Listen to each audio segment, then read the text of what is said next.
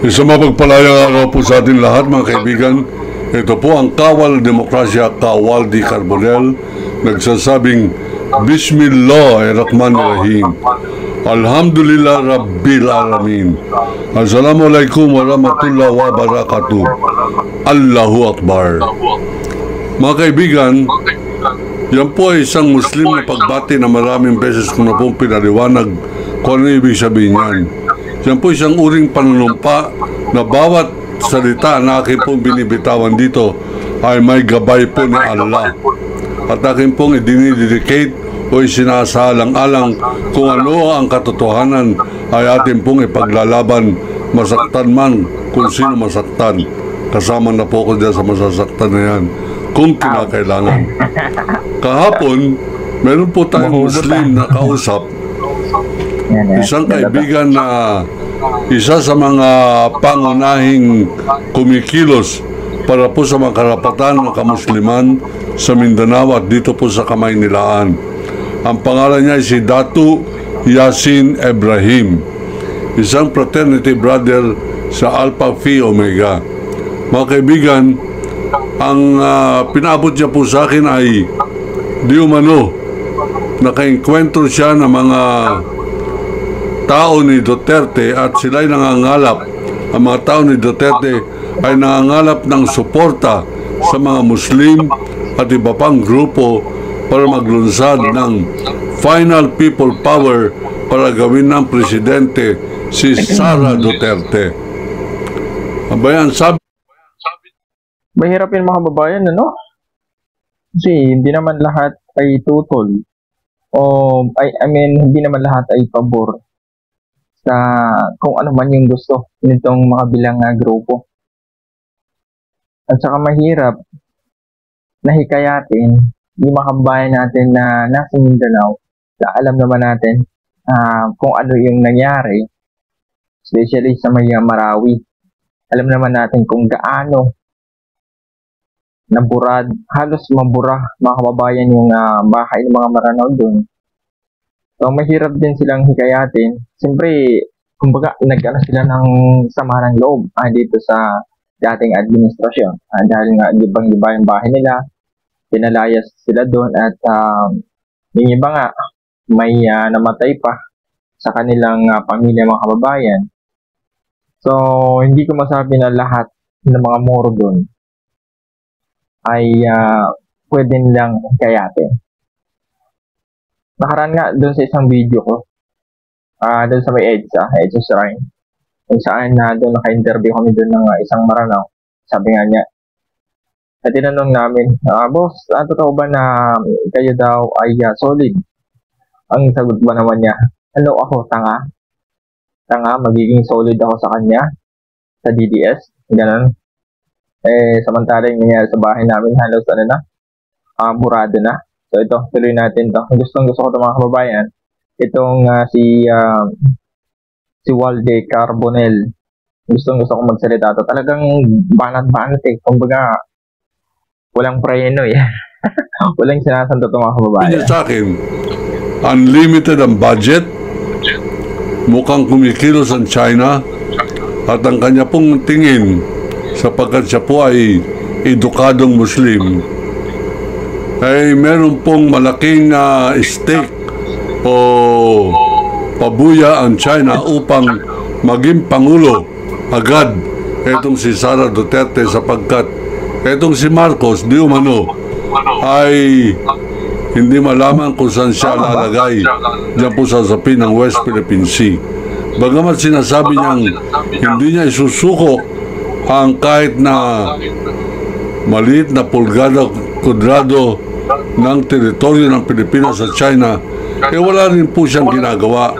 Ang gusto ng China, kinakailangan kontrolado ng pamalaan ang pagkilos ng buong bansa para sa pagpasok ng China dyan po sa West Philippine Sea.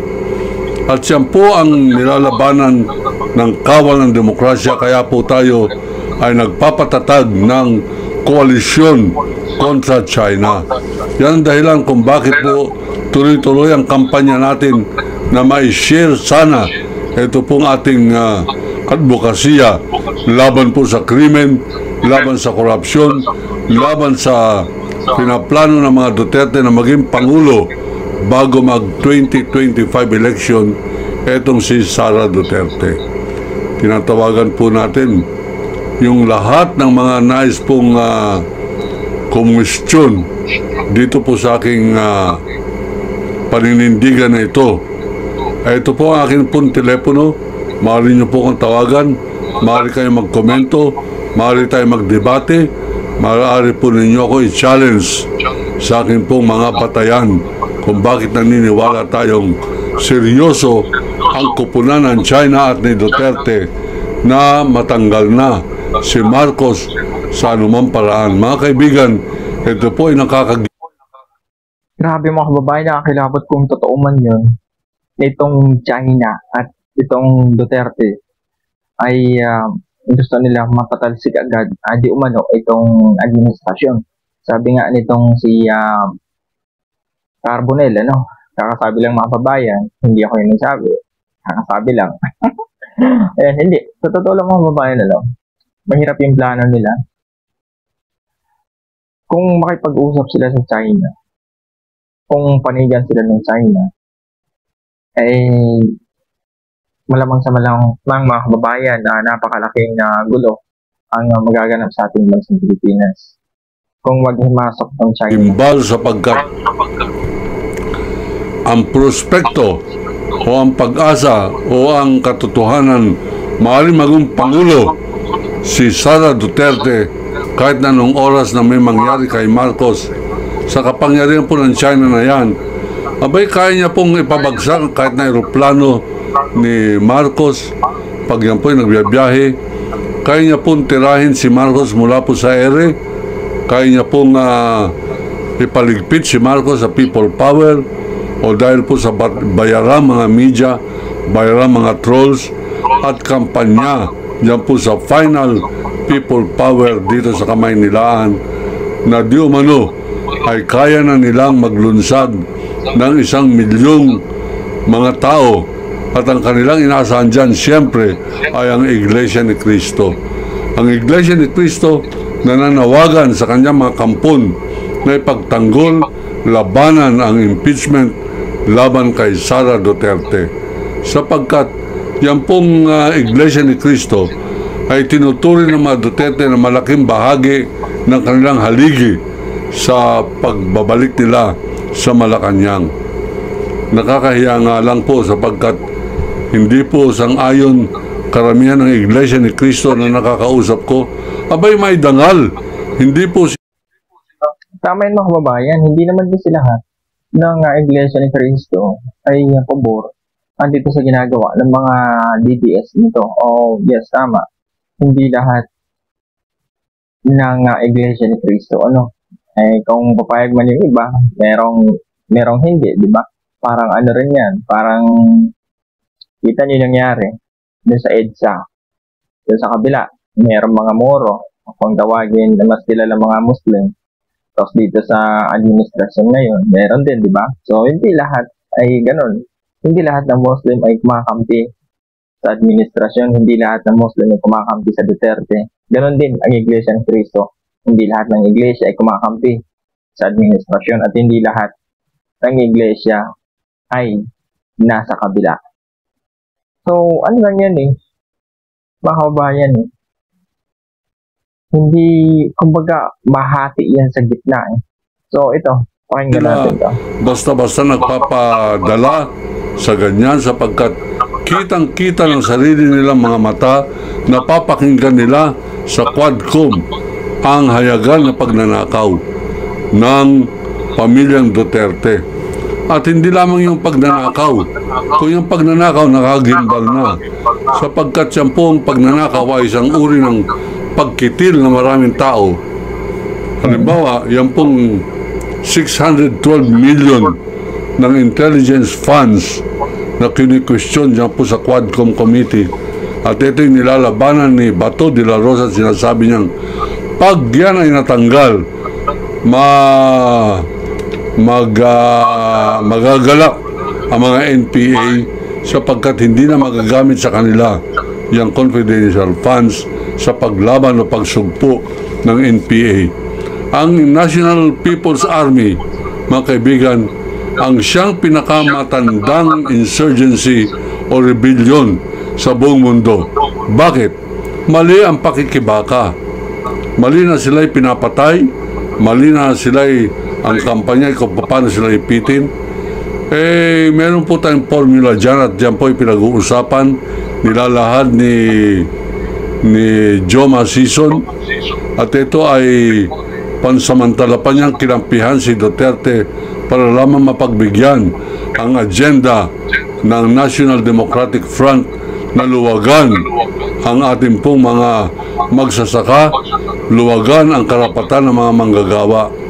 Yan po ang pinaglalaban ng New People's Army. Yung karapatan ng mga manggagawa na ang batas ay dapat din nilang matikman, ang bendisyon na di umano ay para sa mga magsasaka ay dapat din nilang maranasan. Ngayon, sapagkat nandyan na po tayo, ang aking puntingin, masusugpo yung rebellion ng New People's Army pag nagkaroon po tayo ng katarungan. Ang pinaglalaban niyan, katarungan.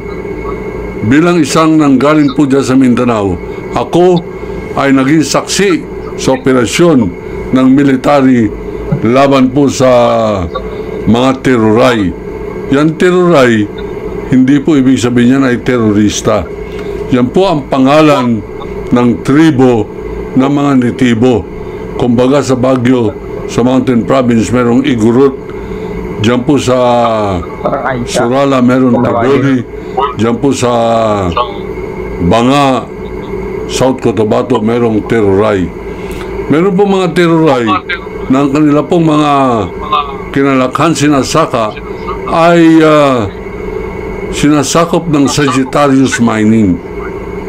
Yung tatay ng isa sa mga teroray ay nagprotesta, nagtungo sa kabayanan, meron siyang dalang placard at sinasabi niyang ako'y nagprotesta laban sa Sagittarius Mining. Ang ginawa ng Sagittarius Mining na nakabase po dito sa Bonifacio Global City, abay kinausap po military doon, humingi ng tulong na si Diumano sila ay tiniterrorize ng mga terorista, at ang mga tribo na yan ang tawag ay teroray. Yan teroray, hindi po ibig sabihin yan terorista. Yan po ay para pong Tiboli, Igorot, kumbaga dito po sa Mountain Province, Aita, kumbaga sa Central Luzon, at yan po naman ay teroray o mga Tiboli pagdating po sa South Cotabato. Sila po ay binintangan na NPA. Nag-operate ang military, pinuntahan yung bahay o barangay nang nagpro-protesta na yun, at sinabing meron leader ng NPA dyan na nagkukunwaring teroray. Pinagbabaril, mga kaibigan, na matatapang po natin military. Dinulog ang bahay, ang kubo na kung saan nandun pong kanyang asawang buntis at anak na 5 taong gulang. Military dahil lamang sa red tagging. Kaya nga po, tumbalik itong bugok na senador na sanggano ng pangalan ay Senator Bato de la Rosa. Itong Senador Bato de la Rosa. Grabe mga kababayan to. Talagang walang sinasan to. Pag mali talagang kakalabanin yung mga babayan. Kahit sino ba naman kamali, ba't mo kakampihan, di ba? Ayan o. Yung tinawag pa talaga ng bugo. Ay napakabobo. Akala niya sabi, pagka hininto natin yung confidential funds ng Office of Vice President, hininto na rin ang confidential funds ng Presidente at lahat ng confidential funds, at bayaan mo na lang humalakhak at magsaya ang mga NPA. Bugok. Itong confidential funds ay hindi ginagamit laban sa NPA. Ito ay ginagamit upang magpayaman lalo mga Duterte at manatili sa pwesto. Corruption, yan po ang dahilan. Mas matindi pa yan sa droga, yung korupsyon at katakawan sa sa kwarta ng mga nagnanais na magpayabong diyan po sa politika. Kaya nga po pagka mayroong pamilya, pare-parehong apelyido, ibagsak po natin yan. Sabay-sabay na magsisilbi di umano sa ating bansa. Magsisilbi? Hindi po totoo yan. Ang pagsisilbihan nila ay ang kanilang sariling interes. Kaya nga po meron tayong mga dynasty. Pag nakita nyo po, pare-pareho mga apelyido, yan ang unang So mga kababayan, hanggang dito lang yung ating video. At least naipakita ko sa inyo itong video na to na galing kay Carbonell. Hindi naman lahat po ay nakapanood dun sa kanyang video. So ngayon i-upload ko dito para mapanood ng mga subscriber ko. Kasi hindi naman lahat ng subscriber ko ay nakasubscribe kay Carbonell. So yan mga kababayan, pa-comment po dito sa baba kung umabot kayo at sabihin nyo kung ano ang inyong opinion doon sa sabi ni Carbonell na maaring kumampi o ipupus nitong China na bagsakin ang administrasyon para makaupo itong si Vice Presidente Inday Sara Duterte Hadi umano. So yun, maraming salamat po sa inyong lahat. Like and share and subscribe. ID na 28.